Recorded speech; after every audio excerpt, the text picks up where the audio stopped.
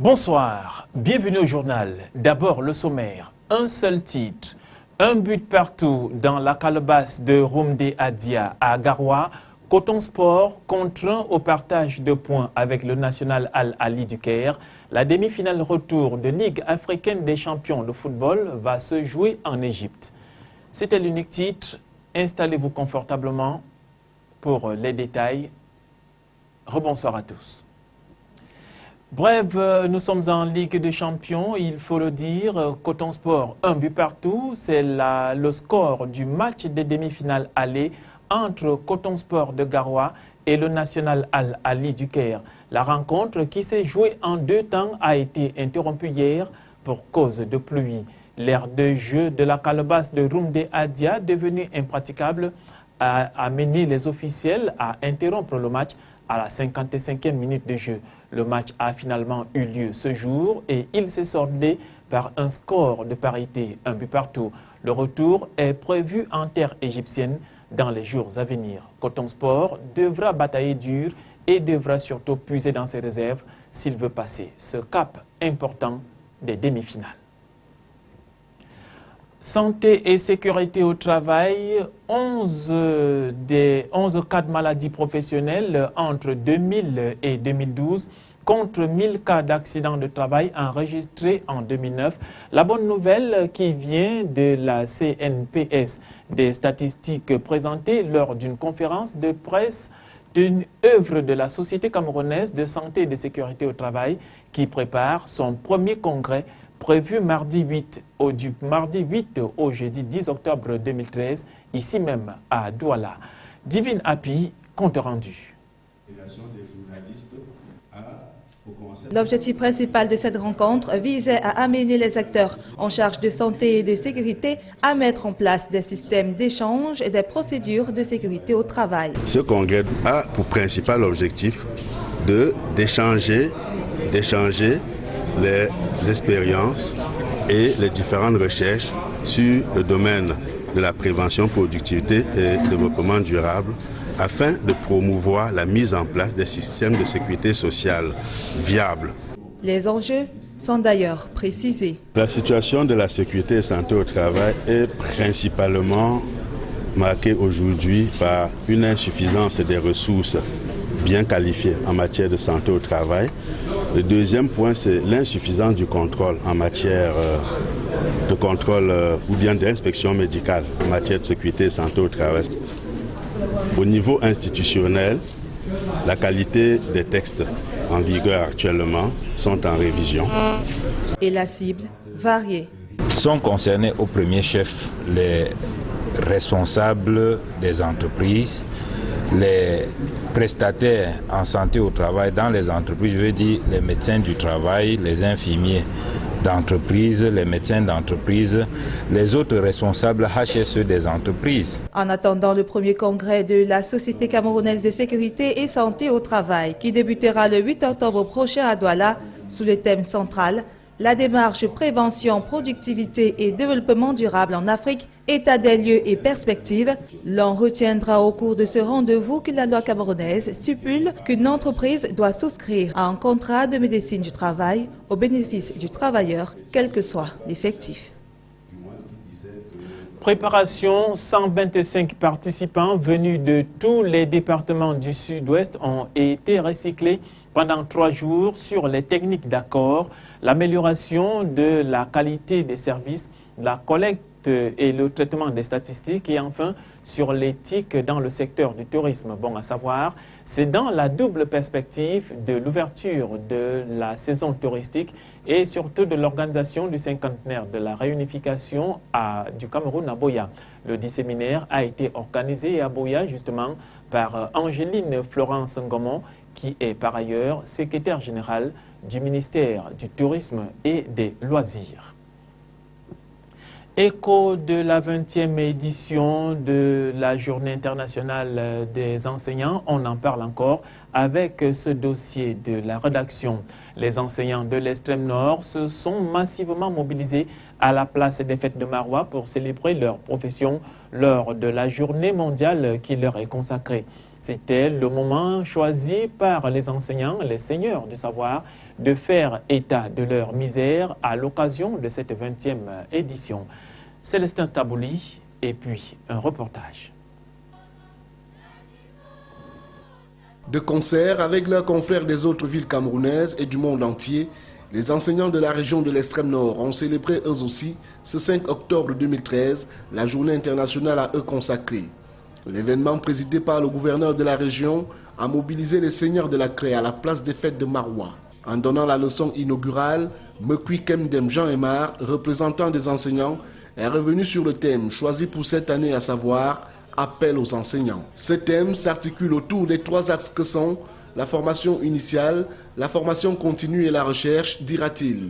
Il a par la suite ajouté que le thème en question interpelle les enseignants à une prise de conscience au fin de jouer pleinement leur rôle de formateur. Mekui Kemdem Jean Emar s'est aussi attardé sur la situation des enseignants qui n'est guère reluisante. Parmi les problèmes énumérés par ce dernier figure en bonne place la formation réelle et adéquate des enseignants, la construction de nouvelles infrastructures scolaires, la distribution des manuels didactiques aux élèves, amélioration des conditions de vie et de travail des enseignants afin d'éviter des grèves à répétition, le droit à la considération sociale et à la revalorisation salariale. En réponse, le gouverneur a rassuré les enseignants de l'engagement des pouvoirs publics à ne ménager aucun effort pour l'amélioration du cadre de travail des enseignants. Awa Fonka Augustine a d'ailleurs rendu un vibrant hommage à ces seigneurs pour les efforts consentis chaque jour dans la formation et l'encadrement des jeunes Camerounais.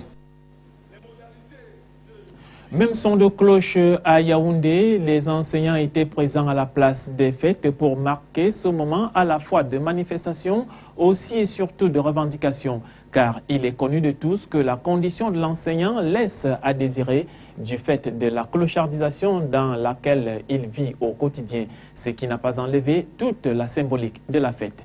L'économie de cette manifestation justement avec Sadou Mamoudou. Cette autre manifestation de journée internationale des enseignants fait un état des lieux de ce corps de métier et pas moins que le représentant de l'UNESCO pour accompagner le gouvernement camerounais fortement représenté. Dans une atmosphère carnavalesque, le rôle de ces bâtisseurs occupe le devant de la scène. Mieux, l'artiste Kegege international ressort les difficultés de cette profession, pourtant un noble, dixit le comédien. Bien plus de son rôle de formateur, la société ne lui concède rien, apprend-on des participants. Cela dit, pas de place où ne passent et ne repassent les non-compétents. Autrement dit, l'enseignant doit s'arrimer à l'évolution de son milieu, voire l'actualité. Aux représentants de l'UNESCO de renchérir, je cite, « L'éducation est une affaire de tous ». Et c'est au nom de cette synergie que des bons résultats seront au rendez-vous. Autrement dit, enseignants, enseignants et parents doivent se saborder pour répondre à l'appel de ce 20e rendez-vous de la Journée internationale des enseignants. Quittons la ville des 7 collines pour revenir sur les berges du Vouri où, à l'occasion de cette 20e journée mondiale des enseignants, c'était le lieu pour eux de lancer un appel et surtout aussi de recevoir l'appel des pouvoirs publics. Mais ils ont aussi demandé le retour de leur prise en compte, de la prise en compte des réclamations qu'ils font depuis belle lurette pour l'amélioration de leurs conditions de travail et par ricochet leur statut d'enseignant qui peine à leur donner une bonne situation au sein même de la famille, au sein même de la société. Les détails avec Josué Ngongang et Constant Ecollet.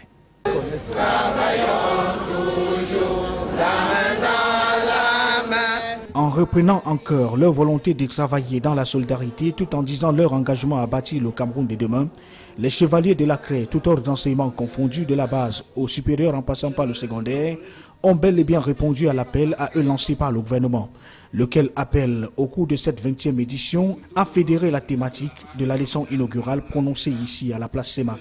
En battant le pavé et drapés dans leur plus belle tenue devant toutes ces autorités assises dans la tribune, les seigneurs de la CRE et bâtisseurs des intelligences n'ont pas manqué de dire leurs attentes face à leur situation qui évolue plutôt au petit clos. L'autre fait marquant de cette célébration à la place CEMAC ici à Douala a été la remise des diplômes d'excellence à ceux des enseignants qui se sont distingués dans l'exercice de leurs fonctions d'une part, et d'autre part par la remise des cadeaux de revoir aux enseignants arrivés en fin de carrière. La 21e édition portera certainement sur une autre thématique. Je vous propose à présent d'écouter un enseignant. Il est au micro de Josué Ngonga. Notre message est assez simple. Ça veut dire que nous avons encore des points d'ombre par rapport à l'amélioration de la condition de l'enseignant en général. Et nous pensons que le cadre qui est déjà établi, à savoir le comité ad hoc, gouvernement et syndicats, devrait être cet endroit-là même qui devrait nous faire avancer. Et je l'ai indiqué dans mon propos, voici que nous sommes au 20e mois des travaux de cette instance, alors que 6 mois étaient accordés. La revalorisation de la dernière prime que nous avons reçue, à savoir celle de recherche et de documentation. Nous avons aussi au niveau des instituteurs et professeurs contractuels, nous attendons leur intégration à la fonction publique. Nous attendons que les enseignants de DPS soient intégrés dans le cadre des fonctionnaires, du statut particulier des fonctionnaires des corps de l'éducation. Nous attendons des palmes académiques comme tous les autres, le rééchelonnement indiciaire et un forum national sur l'éducation. Voilà brièvement ce que nous avons indiqué. Et nous avons reconnu qu'il y a quand même un travail qui se fait, mais nous, notre problème aujourd'hui, c'est de nous assurer qu'on ne s'arrête pas au seul niveau des papiers et que quelque chose d'assez concret devra arriver aux enseignants pour l'amélioration non seulement de leurs conditions, mais de l'éducation de l'école en général. Dans la région de Gentleman, la célébration de cette journée qui a eu lieu à la Commercial Avenue était le point d'orgue d'une série d'activités entamées en début de semaine. Adolphe Lélé-Lafrique, le gouverneur du Nord-Ouest, était présent au lieu des festivités. Clémence Nyamda et Franck Kambala étaient également là et Donald Agnozoa nous en fait le récit. Les enseignants de la ville de Bamenda, toutes catégories confondues, ont massivement pris part au défilé qui a marqué la clôture des activités de cette 20e édition de la journée mondiale à eux consacrée. Au-delà des festivités, le thème retenu cette année suscite quelques interrogations auprès du corps enseignant en service dans le Nord-Ouest. Un appel aux enseignants. On demande donc qui appelle aux enseignants et pourquoi. On croit que si c'était un appel au gouvernement, que ça serait un peu bien. Parce qu'il y a beaucoup que les enseignants revendiquent depuis les années. Il y a plusieurs textes qui ont déjà travaillé. Ils sont au Premier ministre et ça ne sort pas. Donc, on croit que c'est bien de dire un appel au gouvernement de donner aux enseignants ce qu'ils partiennent à. Cette célébration a aussi permis de mettre en relief les difficultés auxquelles ils sont confrontés et les défis que ce corps de métier est appelé à relever. Je ne sais pas qui est qui, ou parce que tout le monde fait le même travail. Et l'autre est contractuel, pourtant l'autre est fonctionnaire, je ne comprends plus. On a attendu, rien ne sort, ça n'a pas abouti. Donc, on attend l'intégration des jeunes enseignants. Le gouverneur de la région, conscient des difficultés que rencontre le corps enseignant, les a néanmoins rassurés du fait que le gouvernement continuera à ne ménager aucun effort aux fins de renverser la tendance. Toujours dans le registre de l'éducation et plus précisément de la formation, il y a eu remise de parchemin à 10 jeunes gens formés au CFPM de Ngaoundéré. La cérémonie a été présidée par le délégué régional de l'emploi et de la formation professionnelle qui avait à ses côtés le directeur régional du Fonds national de l'emploi FNE et les responsables du PIACI dans la Damawa. Joseph Moafo et le récit d'Éric Ticheux. Ils sont 10 apprenants issus du centre de formation professionnelle multidimensionnel de Ngaoundéré qui ont reçu leurs attestations de fin de formation. Une occasion pour les responsables du centre de formation de présenter les différents modules qui ont meublé les 7 mois de formation ponctués par des cours théoriques et pratiques. Dans son discours de circonstances, le délégué régional de l'emploi et de la formation professionnelle a exhorté les nouveaux boursiers à mettre toutes les connaissances acquises au service de l'entreprise et surtout de se présenter aux examens nationaux. Nous les encourageons, n'est-ce pas, à se battre dans le monde de l'emploi. Ici déjà, cette formation qu'ils ont eue complète déjà leur CV, et ce qui permet donc, qui leur permettra de s'insérer dans le monde professionnel. Et puis avec cela, quand ils seront en entreprise, il faut qu'ils fassent preuve d'abnégation et qu'ils puissent, n'est-ce pas, tenir, n'est-ce pas, en entreprise. En saluant l'engagement du gouvernement à la lutte contre le chômage, les lauréats se présentent comme des produits finis prêts à l'emploi, interpellant ainsi les chefs d'entreprise. J'éprouve un sentiment de joie, non seulement pour avoir été le major de ma promotion, aussi j'éprouve une profonde gratitude envers l'État camerounais par le canal du FNE, par qui nous sommes aujourd'hui des produits du développement à travers l'émergence l'horizon 2035. Bon, mon souhait, c'est de vraiment d'avoir un grand emploi et montrer toutes mes compétences et mes qualités que j'ai reçues pendant la formation. La présence du Fonds national de l'emploi à cette cérémonie participe à œuvrer à la formation des chercheurs d'emploi et à leur insertion dans le monde du travail. L'objectif général était de permettre l'accès à la qualification et à l'insertion des demandeurs d'emploi dans les métiers des techniques administratives. Hors de nos frontières à présent, raid américain en Somalie et en Libye, un chef présumé d'Al-Qaïda capturé. Poursuite à Lampedusa, en Italie, du repêchage des corps des victimes du naufrage. Faisons ensemble le tour du monde en quelques télégrammes. Un chef présumé d'Al-Qaïda aux mains des forces spéciales américaines. Washington annonce la capture d'Abu Anas al-Libi suite à un raid mené en Libye. La Somalie a été le théâtre d'un autre raid, l'occasion pour John Kerry, le secrétaire d'État américain, de réaffirmer la détermination de son pays à poursuivre l'attaque des responsables d'actes terroristes. 3 jours après le naufrage d'un bateau de migrants, on note la reprise de recherche à Lampedusa. Une centaine de nouveaux corps ont été découverts ce dimanche 6 octobre, ce qui porte à plus de 140 le nombre de cadavres retrouvés. Le bilan pourrait dépasser les 300 morts. Seuls les 155 passagers des Somaliens et Érythréens partis de Libye ont été sauvés. La politique française s'anime. François Fillon sera face à Nicolas Sarkozy en 2017. L'ancien Premier ministre a rendu public sa rupture avec l'ancien chef de l'État, ce 6 octobre, se déclarant de facto en compétition contre ce dernier à la prochaine présidentielle. Dans le journal du dimanche, l'ex-premier ministre a dit préparer un programme de vraie rupture, car selon lui, le quinquennat Sarkozy n'a pas tenu ses promesses dans ce domaine.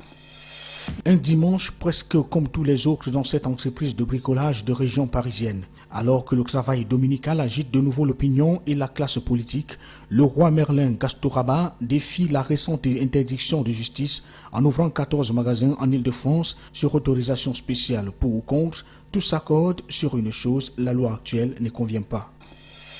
Pour participer à cette course de prestige dans le sud-est de l'Angleterre, il faut bien sûr de bonnes jambes et surtout avoir un cœur bien accroché. Et sur les 5 km de parcours, les coureurs affrontent d'horribles jumpies, mais plutôt inoffensifs car ils se contentent d'attraper les rubans attachés à la taille des coureurs. À l'arrivée, rien à gagner, sauf de beaux fous rires et le titre de survivant si l'on franchit la ligne avec au moins un ruban. Alors, joggeurs trop sérieux, s'abstenir. Avant de boucler définitivement ce journal, l'unique titre qui a barré son sommaire. Un but partout dans la calebasse de Rumde Adia à Garoua. Coton Sport contraint au partage de points avec le national Al-Ali du Caire. La demi-finale retour de Ligue africaine des champions de football va se jouer en Égypte. Merci de nous rester fidèles. C'était le journal. Au revoir.